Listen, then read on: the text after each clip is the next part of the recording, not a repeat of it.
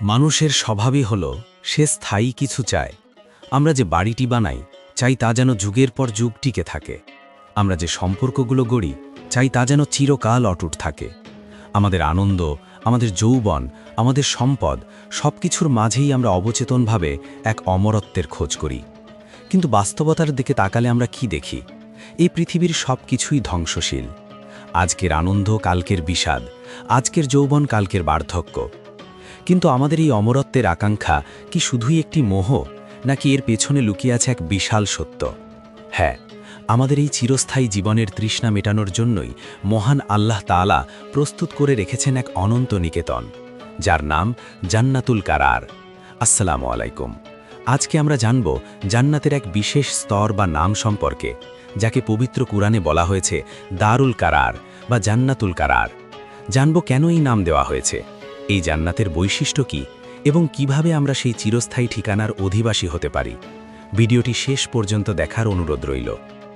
আরবি শব্দ কারার মানে হল স্থায়িত্ব, স্থিরতা বা চিরস্থায়ী অবস্থান, অর্থাৎ যে স্থান থেকে আর কখনো চলে যেতে হবে না, যেখানে কোনো পরিবর্তন নেই, কোনো পতন নেই। জান্নাতুল কারার মানে হল স্থায়িত্বের বাগান বা চিরস্থায়ী আবাস। মহান আল্লাহ তাআলা পবিত্র কুরআনের সূরা গাফির, যা সূরা মুমিন নামেও পরিচিত, তার ৩৯ নম্বর আয়াতে মুমিন ব্যক্তির জবানিতে অত্যন্ত চমৎকারভাবে এই পার্থিব জীবন এবং জান্নাতুল কারারের পার্থক্য তুলে ধরেছেন। সেখানে বলা হয়েছে, হে আমার সম্প্রদায়, এ পার্থিব জীবন তো কেবল অস্থায়ী উপভোগের বস্তু, আর নিশ্চয় আখেরাত হচ্ছে চিরস্থায়ী আবাসস্থল, দারুল কারার। একটু গভীরভাবে চিন্তা করুন, এই দুনিয়ায় আমরা যতই সুখে থাকি না কেন, আমাদের মনে সবসময় একটি ভয় কাজ করে। এই সুখ কি চিরকাল থাকবে?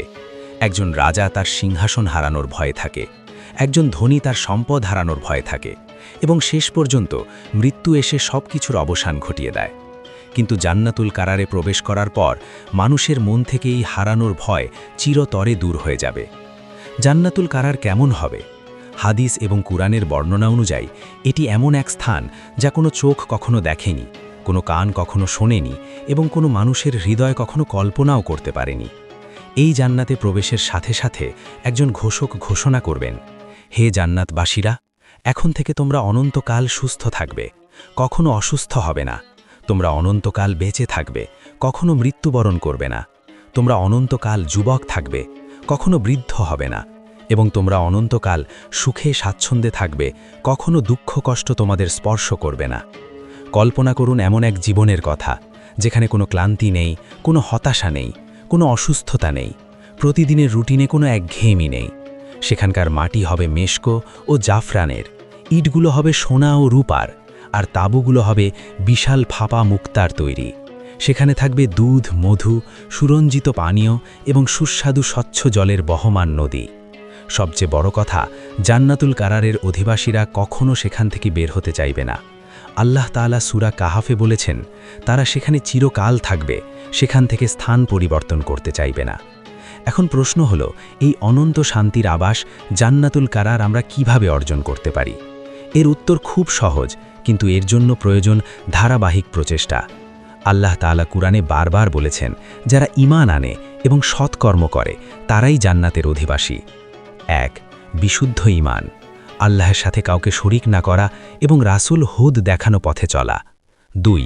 নিয়মিত ইবাদত, ৫ ওয়াক্ত নামাজ কায়েম করা, রোজা রাখা এবং সামর্থ্য অনুযায়ী দান সদকা করা। ৩. তাকওয়া বা আল্লাহর ভয়, গোপনে এবং প্রকাশ্যে আল্লাহকে ভয় করা এবং পাপ কাজ থেকে নিজেকে বিরত রাখা। ৪. সুন্দর চরিত্র, মানুষের সাথে ভালো ব্যবহার করা, মিথ্যা না বলা এবং কারো হক নষ্ট না করা। এই দুনিয়াটা আসলে একটা পরীক্ষার হল। পরীক্ষার হলে যেমন কেউ স্থায়ীভাবে বসবাস করতে যায় না, তেমনি এই দুনিয়াও আমাদের স্থায়ী ঠিকানা নয়। আমাদের আসল বাড়ি হলো জান্নাত।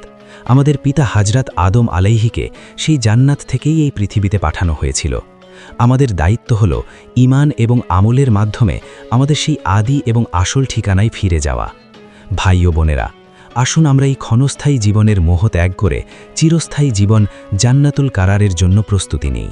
আল্লাহ তাআলা আমাদের সবাইকে দুনিয়ার মায়া কাটিয়ে আখেরাতের স্থায়ী শান্তির জন্য কাজ করার তৌফিক দান করুন, এবং আমাদের সবাইকে জান্নাতুল কারারের মেহমান হিসেবে কবুল করুন। আমিন।